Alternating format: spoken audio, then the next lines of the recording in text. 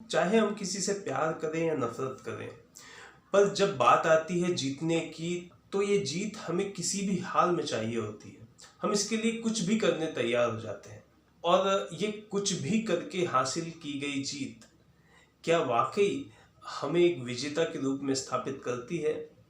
और तब क्या करें जब बात किसी का दिल जीतने की हो या दिलों को जीतने की हो। हेलो फ्रेंड्स, मेरा नाम है जितेंद्र नामदेव और आज बात करेंगे हार कर जीतने की कला के बारे में। बात करेंगे एक हॉलीवुड फिल्म दी वाव के बारे में और जानेंगे कि रियल लाइफ से इंस्पायर्ड इस फिल्म में कैसे एक व्यक्ति किसी का दिल जीतने के लिए अपना सब कुछ हारने तैयार हो जाता है और आखिर में जाकर कैसे यही हार उसकी जीत का कारण बनती है। I'm excited today because of this film. I welcome you all. Let's start it.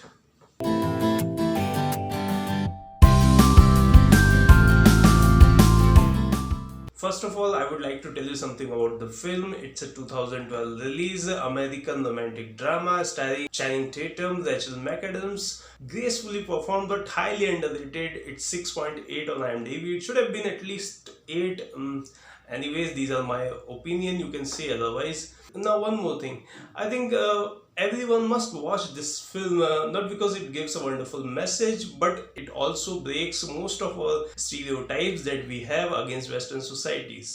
Well, कहानी है पेज और लियो की, जो शुरू होती है एक टेरेबल एक्सीडेंट से। एक्सीडेंट होते ही कहानी जाती है फ्लैशबैक में। हमें पता चलता है कि पेज और Leo are madly in love with each other, happily married for last 5 years. Leo एक कॉमन अमेरिकन लड़का है जो अनाथ है। पेज हाई मिडिल क्लास से बिलोंग करती है। शादी के जस्ट पहले पेज किसी बात पर नाराज होकर घर छोड़कर आती है।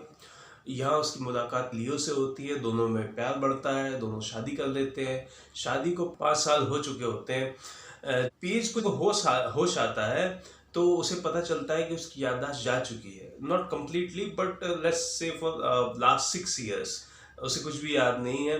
उसके पहले की याददाश्त उसके पास है, like her parents, her old fiance, yes, et cetera et cetera. But she has completely forgotten her husband. वो अपने पति को पूरी तरह से भूल चुकी है क्योंकि उसकी शादी को 5 साल हुए हैं और लास्ट 6 years की उसकी memory completely wiped out, erased हो चुकी है। पेज को जब होश आता है तो अपने आप को बहुत ही कंफ्यूज्ड स्टेट ऑफ माइंड में पाती है। जो आदमी खुद को उसका पति कह रहा है उसे वह जानती तक नहीं, उसका चेहरा तक नहीं पहचानती है। और जब पेज के माता पिता उससे मिलने अस्पताल में आते हैं तो उसे पता चलता है कि लियो पेज के पेरेंट्स से कभी भी नहीं मिला। ये बात पेज को और परेशान करती है। पेज लियो से पूछती है कि ऐसा कैसे हो सकता है, तो लियो जवाब देता है कि तुमने बहुत सालों से अपने घर पे बात नहीं की है। उसे समझ में नहीं आता कि ये सब क्या हो रहा है। फिर भी डॉक्टर की सलाह पर और लियो के दिखाए गए एविडेंसेस के आधार पर वह लियो के साथ अपनी लाइफ कंटिन्यू करने की कोशिश करती है। पर बात कुछ बनती नहीं है क्योंकि लियो के साथ उसकी सारी मेमोरीज खत्म हो चुकी है, उसे कुछ भी याद नहीं। लियो उसके लिए एक अजनबी की तरह है। लियो के लिए तो मानो उसकी पूरी दुनिया ही उजड़ जाती है क्योंकि वह पेज से बहुत अधिक प्यार करता है। वो अनाथ है और पेज ही उसकी इकलौती फैमिली होती है। इन सब के दौरान पेज को एक बात बार बार परेशान करती है कि वो कौन सी वजह थी जिसकी वजह से उसने पिछले 5 सालों में अपनी फैमिली में कभी भी बात नहीं की। वो लियो से भी इस बारे में पूछती है। लियो कुछ ठीक ठाक जवाब नहीं देता है। चीजें इसी तरह आगे बढ़ती है। पेज अपनी पुरानी मेमोरीज की वजह से अपने पेरेंट्स की ओर, अपने ओल्ड फियांसे की ओर खींचने लगती है और बात लियो से डाइवोर्स तक की आ जाती है।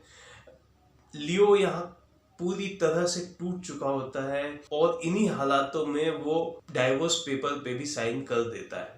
वो ये मान चुका होता है कि अब पेज कभी भी लौट के वापस नहीं आने वाली, उसे अपनी जिंदगी अकेले ही बितानी होगी। कि अचानक पेज की मुलाकात होती है उसकी एक ओल्ड फ्रेंड डायना से। वह पेज के एक्सीडेंट और मेमोरी लॉस के बारे में कुछ नहीं जानती थी और मिलते ही पेज को अपोलोजाइज करती है और बताती है अपने और पेज के फादर के बीच अफेयर के बारे में। यहाँ पेज को सारी बात पता चलती है, उसे पता चलता है अपने पिता के कैरेक्टर के बारे में और वो क्यों घर छोड़ के गई थी और क्यों उसने इतने सालों घर पे बात नहीं की। वो बहुत ही गुस्से में अपनी माँ से मिलने जाती है और उनसे पूछती है कि आप जानते हैं कि मैं इस समय कितना चीटेड फील कर रही हूँ, और इस दौरान जबकि मुझे आपकी सहायता की ज़रूरत है, आप लोग मेरे साथ गेम खेल रहे हैं, आप मेरी मेरी मेमोरीज के साथ मैनिपुलेट कर रहे हैं। यहाँ पेज की माँ उससे कहती है कि मैंने बजाय तुम्हारे पिता को उसके एक बुरे काम के लिए सज़ा देने के, मैंने उन्हें उन सारे अच्छे कामों के लिए माफ़ कर दिया जो इतने सालों तक उन्होंने मेरे साथ किए थे। ये बात सुनकर पेज का दिल भी कुछ पिघलता है और वो भी समहाउ अपने पिता को माफ कर देती है। अब आते हैं क्लाइमेक्स की तरफ। पेज जाती है लियो के पास, लियो से मिलती है और उससे पूछती है कि क्या तुम्हें ये बात पता थी, मेरे फादर की अफेयर के बारे में क्या तुम्हें पता था? लियो हाँ कहता है। तो पेज पूछती है कि तुमने मुझे बताया क्यों नहीं? तो लियो जवाब देता है कि मैं नहीं चाहता था कि तुम मेरी वजह से फिर से अपनी फैमिली से अलग हो जाओ। अगर मैं तुम्हें बताता तो तुम अपनी फैमिली से बिछड़ जाती और तुम्हें दुख होता, और तुम्हारे इस दुख की वजह मैं बन जाता। मैं ऐसा नहीं चाहता था, इसलिए मैंने तुम्हें नहीं बताया। यहाँ लियो का कैरेक्टर देखने लायक है, उसके कैरेक्टर में जो गहराई है वो समझने की जरूरत है। लियो अपना सब कुछ खो चुका है, उसकी इकलौती फैमिली उससे छोड़ के जा चुकी है, जाने वाली है, लेकिन तब भी लियो ये नहीं चाहता कि उसे किसी भी तरह नुकसान पहुंचे, उसे पेज को किसी भी तरह से दुख पहुंचे। जबकि पेज उसे पूरी तरह छोड़ने भी तैयार है, लेकिन तब भी वो उसे दुख पहुंचाना नहीं चाहता है। और यही वो बात थी जो पेज के दिल में गहराई से उतर जाती है। पेज को आखिरकार लियो के उसके प्रति बेइंतहा प्यार का एहसास हो जाता है और वो डिसाइड करती है, वो डिसाइड करती है कि अपनी सारी जिंदगी अब लियो के साथ ही बिताएगी। रियल लाइफ में भी पेज के कैरेक्टर की याददाश्त कभी वापस नहीं आती है, but they lived happily ever after. वो खुशी खुशी अपनी सारी जिंदगी बिताते हैं एक दूसरे के साथ, और इस तरह लियो सब कुछ हारने के बाद भी जीत जाता है। यहाँ लियो के कैरेक्टर से जो बात हमें सीखने मिलती है वो ये है कि जब बात आती है किसी का दिल जीतने की, जब बात आती है संबंधों की, तब आपके विनिंग इंस्टिंक्ट काम नहीं आते हैं। तब ये बात मायने रखती है कि आप एक दूसरे की फीलिंग्स को कितनी वैल्यू देते हैं, एक दूसरे की फीलिंग्स का कितना ख्याल रखते हैं। यही बात आपको अपने संबंधों में एक बेहतर इंसान बनाती है। If you like the story, then please let me know through your comments. We'll continue our discussion in next episode. Till then, take care. Thank you for listening. Thank you very much.